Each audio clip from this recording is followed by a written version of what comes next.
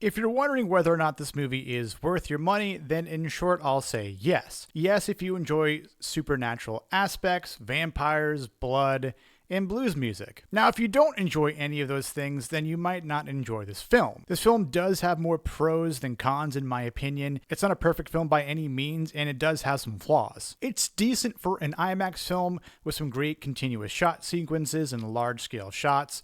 The night scenes weren't difficult to see as it had some cool effects. Speaking of which, both the CGI and practical effects I thought were well done pertaining to the vampire scenes. Not that there was a lot, but they worked. The score is pretty great by Ludwig Göransson, and the sound design was pretty neat too in certain scenes. Though I will say some of the dialogue seemed a bit low, and that could have been due to the IMAX theater, or it was perhaps due to Michael B. Jordan's accent that he was using for the twins. I thought the acting was anywhere from good to mid. Some of the minor characters were just there to help push the story forward. Not that that was bad or anything, but they're not the focal point. The Smokestack twins and Sammy are the focal points, and this is where I think the movie starts to have some flaws. The first act is definitely the slowest and felt the longest for a movie that's 2 hours and 17 minutes long, and it kind of bleeds into the second act. I think the entire first act should have been smooshed together in order to establish the twins and Sammy more because, again, they are the focal points of this movie. Without giving a major spoiler away, the movie doesn't have a plot point if you remove Sammy. So if he is that important, I think more emphasis should have been placed on him. And if you shorten the exposition or show certain scenes instead of telling stories, it could have helped the pacing or potentially save some time. And I get it, they're trying to build and reestablish relationships because the Smokestack twins haven't been there in some time as they've been in Chicago working for Al Capone, being mobsters and gangsters, and they attempt to gather what I call the juke joint Avengers, but again, that could have been short and sweet to save time. The vampires themselves aren't even in the movie until the second half,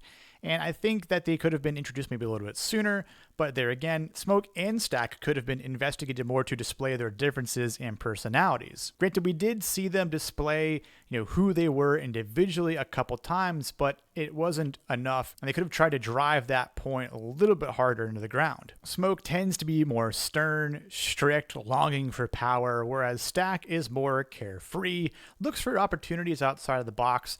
Think about there's a part where the guy has to buy beer with wooden chips and 30 cents. Stack is also wild and loose about the way he acts around certain people. If you look at Stack's relationship with Mary, played by Haley Steinfeld, while she's not in the movie a whole lot, I think for the parts that she was in, she was okay.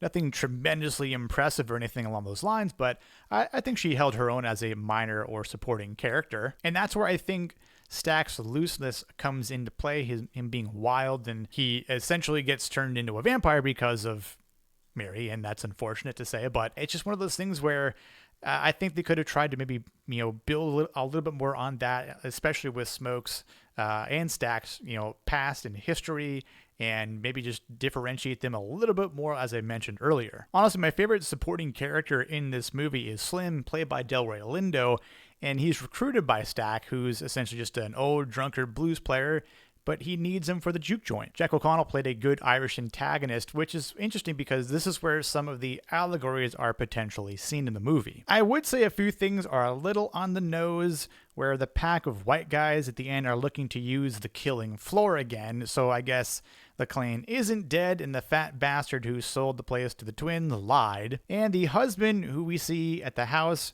gets turned into a vampire is also a part of the clan. Now, I think Ryan Coogler tries to convey the Irish as also having encountered hard times as well in America, and I think Remick is wanting to weaponize him being a vampire in order to turn the black folk into vampires themselves in order to unify everyone and bring his own ancestral family back because of Sammy, which is essentially the plot point of this entire movie: music. Sammy is a very talented blues musician and gospel singer, and Miles Catton actually learned how to play blues guitar for playing about 5 hours a day for 60 days, and he does know how to sing gospel in real life. So I gotta hand it to him for actually taking that time to learning how to play the blues guitar and using it for the movie. But if you remove Sammy from the movie, then there's no plot. The Smokestack twins would essentially still open their juke joint.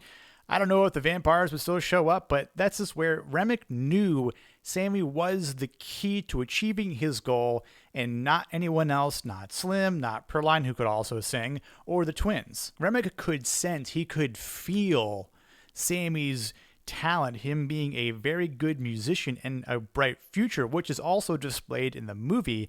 And again, if he's not there, then maybe Remick goes someplace completely different, and that changes the entire movie. But that's what I really enjoyed about this movie.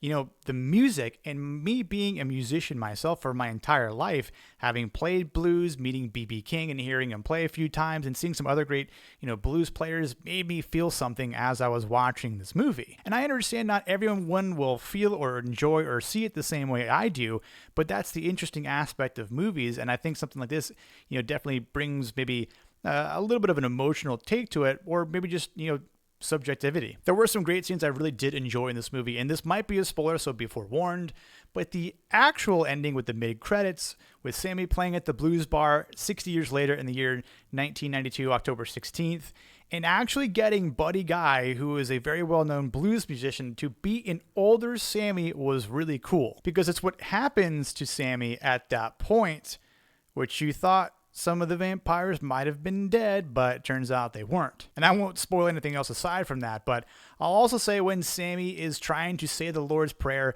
as Remick has him by the face, and Remick starts to quote it as well, along with the rest of the vampires, and I was like, well, that's actually kind of cool, and I got a little bit of a goosebumps at that point. But I think Sammy was protected by God, even though he didn't get to say the whole prayer, but him being the son of a preacher man, he was protected because of what happens to Remick, and I understand that could be maybe from a certain point of view that he was saved by God. I think this is definitely Ryan Coogler's best movie to date, and I would probably give it a solid 8.5, maybe up to an 8.8. I don't know if I would go to a 9 or higher, but if you do and you've seen this movie, I would like to know what you think and what you would rate it. And if you haven't seen it yet, maybe you'll be enticed to see it. Again, I do think this movie is worth the money. Maybe not something expensive like Dolby or IMAX, but maybe you see it on a weekend or a matinee.